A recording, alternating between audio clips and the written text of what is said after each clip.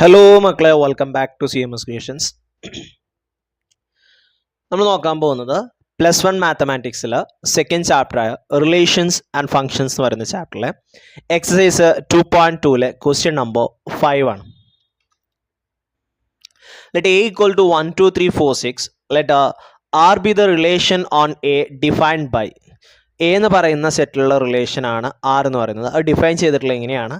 A B such that A, B belongs to A. B is exactly divisible by A. B എന്ന് പറയുന്നത് A കൊണ്ട് correct divide ചെയ്യാൻ പറ്റുന്നതായിരിക്കണം. B is exactly divisible by A. ബീനെ A കൊണ്ട് divide ചെയ്യാൻ പറ്റണം. Write R in roster form, domain, range. Okay, അപ്പോൾ റോസ്റ്റർ ഫോമിൽ എഴുതണം എന്നാണ് പറഞ്ഞിട്ടുള്ളത്. അപ്പോൾ ഞാൻ 1, ഇപ്പോൾ ഞാൻ ഒന്ന് പറഞ്ഞുതരാം. ആദ്യം A 1 എടുക്കുകയാണെന്നുണ്ടെങ്കിൽ ബീനെ നമുക്ക് 1 എടുത്തൂടെ? എന്തുകൊണ്ട്? ബീനെ A കൊണ്ട് ഡിവൈഡ് ചെയ്യാൻ പറ്റണം. അപ്പോൾ B is exactly divisible by A എന്നാണ്. അതായത് ഫോർ എക്സാമ്പിൾ പറയുകയാണെന്നുണ്ടെങ്കിൽ 2, 4 എടുത്തു. ബി ആണ് ഇപ്പോൾ AB. ഇങ്ങനെ B is divisible by A എന്ന് പറഞ്ഞു കഴിഞ്ഞാൽ 4നെ 2 കൊണ്ട് ഡിവൈഡ് ചെയ്യാൻ പറ്റണം. അഥവാ ഈ B എന്ന് പറയുന്നത് എയുടെ ഒരു മൾട്ടിപ്പിൾ ആവണം. ബി എന്ന് പറയുന്നത് എയുടെ ഒരു മൾട്ടിപ്പിൾ ആയാലേ നമുക്ക് ബീനെ എന്ത് ചെയ്യാൻ പറ്റുള്ളൂ? 4 കൊണ്ട് ഡിവൈഡ് ചെയ്യാൻ പറ്റുള്ളൂ. അതായത് 4/2 = 2 എക്സാക്ട്ലി ഡിവിസിബിൾ ആണ് അല്ലേ? അപ്പോൾ 2 × 2 എത്രയാണ്? 4. അപ്പോൾ ആ ഒരു കൺസെപ്റ്റിൽ നമ്മൾ നോക്കിയാൽ മതി. ഓക്കെ, 1 × 1 പറ്റും, 1 × 2 പറ്റും, 1 × 3 പറ്റും, 1 × 4 പറ്റും, 1 × 6 പറ്റും. അതുകൊണ്ട് 1ലുള്ള എല്ലാ നമ്പറുകളും പെടും. ഓക്കെ,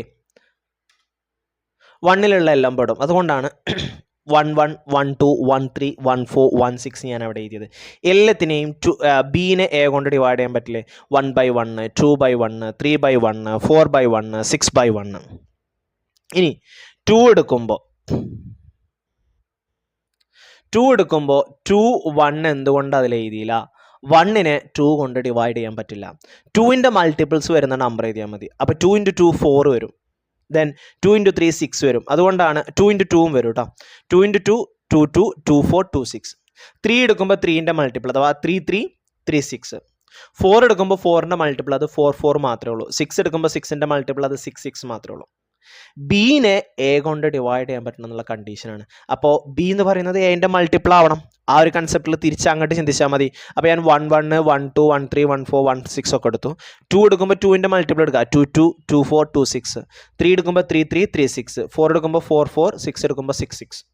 ഇതാണ് ഇതിൻ്റെ റോസ്റ്റർ ഫോം എന്ന് പറയുന്നത്. ഇനി അടുത്ത് നമുക്ക് ഇതിൻ്റെ ഡൊമൈന് കാണണം. Find the domain of R എന്നാണ് പറഞ്ഞിട്ടുള്ളത്.